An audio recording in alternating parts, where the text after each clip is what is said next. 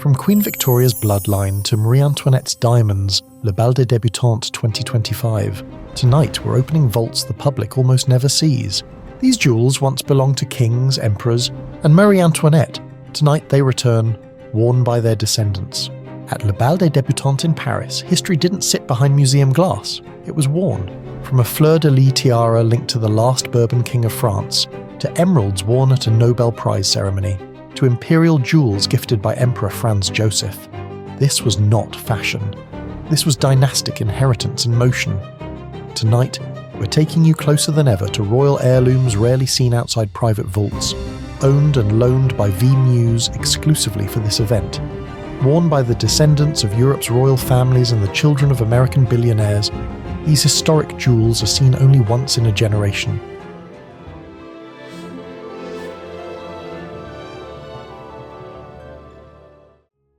Princess Eulalia d'Orléans Bourbon in the Fleur-de-Lis Tiara. This season, Princess Eulalia d'Orléans Bourbon, just 19 years old, stepped into Parisian society crowned in one of the most symbolically powerful tiaras in European royal history, the diamond Fleur-de-Lis Tiara. Her name alone carries centuries of legacy. Princess Eulalia is the modern echo of her illustrious namesake, Infanta Eulalia of Spain, and through the House of Orléans Galliera, she is a direct descendant of King Louis XIII of France and Queen Isabelle II of Spain. Her great-grandmother was Grand Duchess Maria Alexandrovna of Russia, daughter of a Tsar and granddaughter of Queen Victoria. Tiara created around 1912 by the jeweller Hübner, the Fleur-de-Lis tiara was originally commissioned for Archduchess Maria Anna of Austria. These diamonds are more than decorative. They were once part of the Royal Order of the Holy Spirit, the most prestigious chivalric order of Ancien Régime France, founded by King Henri III in 1578. The original insignia belonged to King Charles X, the last Bourbon King of France, and notably, Marie Antoinette's brother-in-law. Every stone in this tiara carries the weight of fallen thrones and vanished courts. The diamonds, an estimated 95 to 115 carats in total, graded approximately into J colour with included clarity, shimmer not with modern perfection, but with old-world soul. Adding to its brilliance, the tiara is ingeniously designed. Its 3 fleur-de-lis elements can be detached and worn as brooches, transforming court regalia into intimate heirlooms. Over generations, it passed through the Bourbon family, including ownership by Princess Maria Anna of Parma, before disappearing from public view, until now. The tiara resurfaced after being acquired by V Muse, sponsor of Le Bal des Débutantes, during the legendary Bourbon Parma jewel sale in 2018, a sale that quietly returned some of Europe's most important royal jewels to the spotlight. Princess Isabelle d'Orléans in the Princess d'Orléans tiara. One of the most exquisite and rarely seen jewels of the night appeared on Princess Isabelle d'Orléans. Just 20 years old, Princess Isabelle is the great-granddaughter of Henri d'Orléans and the youngest daughter of the Duke and Duchess of Chartres, a cadet branch of France's former royal family and one of the most prominent surviving offshoots of the House of Orléans. She is the daughter of Prince Albert d'Orléans and Princess Natalia of Hohenzollern, a lineage that bridges French royal history and German princely bloodlines. That evening, she wore a jewel so important that no other heirloom was needed. Resting effortlessly atop her elegant updo was the Princess d'Orléans tiara, one of the family's most treasured and seldom seen masterpieces. Created around 1905 by Garrard at the height of the Belle Époque, the tiara is a triumph of light, movement and refined luxury. Its open-work diamond frame is delicately pierced with floral scrolls, vines, and tendril motifs, giving the impression of diamond lace floating above the hair. The design centers on 4 luminous pear-shaped diamonds, weighing approximately 8.5 carats. Surrounding them are 13 old European-cut diamonds, totaling roughly 14 carats, and an additional 16 old European-cut diamonds, weighing about 4 carats, all set among a shimmering field of old mine and rose-cut diamonds, bringing the total to well over 1,000 diamonds. The tiara once belonged to Princess Louise of Orléans, whose legacy extends far beyond France. She was the great-grandmother of King Felipe VI of Spain, tying this jewel directly to the modern Spanish royal family. Princess Isabelle paired the tiara with a sweeping ivory strapless gown by Italian couturier Antonio Grimaldi. allowing the jewel to command the moment without distraction. At Le Bal des Débutantes, where historic jewels briefly emerge and disappear again for years. Lady Araminta Spencer-Churchill and the Churchill Emeralds. At Le Bal des Débutantes, 2025, one of the most emotionally resonant entrances of the night belonged to Lady Araminta Spencer-Churchill, who stepped into the spotlight wearing an Armani privy gown and a necklace steeped in 2 centuries of European power, politics, and prestige. Around her neck gleamed the legendary Churchill Emeralds, a jewel so storied that it has crossed empires, dynasties, and even the Nobel stage. Lady Araminta, a Tatler cover star and daughter of the 12th Duke of Marlborough, descends directly from the Churchill line. Several generations later, she remains part of the same ducal family as Sir Winston Churchill, making her a distant cousin, and therefore linked to Clementine Churchill by marriage, and it was Clementine who made this necklace immortal. Crafted in France around 1810, the emerald and diamond necklace is attributed to Nito, the master jeweller to Emperor Napoleon I, set with vivid Colombian emeralds originally created for a member of the Napoleonic family. After Napoleon's fall at Waterloo, the necklace passed into the hands of the restored Bourbon monarchy as a wedding gift when Henri d'Orléans, Duke of Aumale, presented it to his goddaughter, Princess Hélène of Orléans. In 1953, Clementine Churchill wore the necklace when she stood in Oslo to receive Winston Churchill's Nobel Prize for Literature, transforming a royal jewel into a symbol of global intellect, resilience, and legacy. And now, decades later, the necklace has come full circle.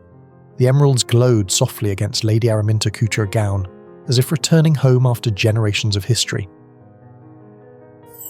Gabrielle Janssens de Balkany.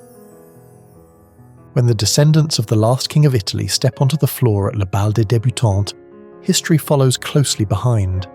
One of the most dazzling and historically layered appearances of the night belonged to Gabrielle Jansen de Balkany. Gabrielle is the daughter of Olivier Janssens and Elizabeth Zellinger de Balkany, herself the daughter of Princess Marie Gabrielle of Savoy. Princess Marie Gabrielle was the daughter of King Umberto II of Italy and Queen Marie José, making Gabrielle a direct descendant of the final Italian royal family. For her entrance, Gabrielle wore a romantic princess-style gown by Luisa Beccaria, perfectly suited to the weight of history she carried, not just in name, but in jewels. Crowning her look was a breathtaking Belle Époque sapphire and diamond tiara, created in 1911 by the jeweller Kreuter and loaned by V. Muse. The tiara is designed as an open-work wreath of diamond-set laurel leaves, centered by a circular-cut diamond collet and surmounted by a graduated row of cushion-shaped sapphires framed by diamond clusters. Above, a diamond-set wavy line alternates with sapphire and diamond collars, creating a silhouette that feels both regal and ethereal. Around her neck, Gabrielle wore a deeply personal sapphire and diamond necklace from the House of Savoy, a royal heirloom once belonging to Queen Marie José, her great-grandmother. The stones themselves had originally been owned by Queen Margherita of Italy.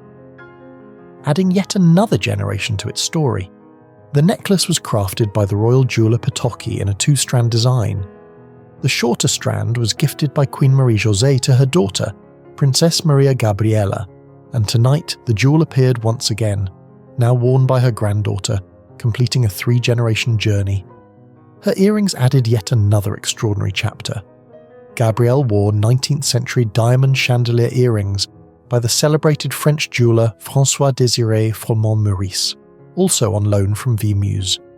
The earrings originally belonged to Marie-Thérèse of Savoy, daughter of King Victor Emmanuel I of Sardinia. In 1903, the earrings were given as a wedding gift to Maria Anna of Austria, upon her marriage to Prince Elias of Bourbon-Parma, a lineage that ultimately traces back to Marie Antoinette. The pair later gained international attention when they appeared in Sotheby's Geneva auction in November 2018, as part of the celebrated sale Royal Jewels from the Bourbon-Parma family. They were acquired by V. Muse and loaned especially for this night. Gabrielle wore the legacy of her grandmothers and great-grandmothers, queens, princesses, and women whose histories shaped Europe itself. Reagan Sacks in the Petit Diamond Tiara.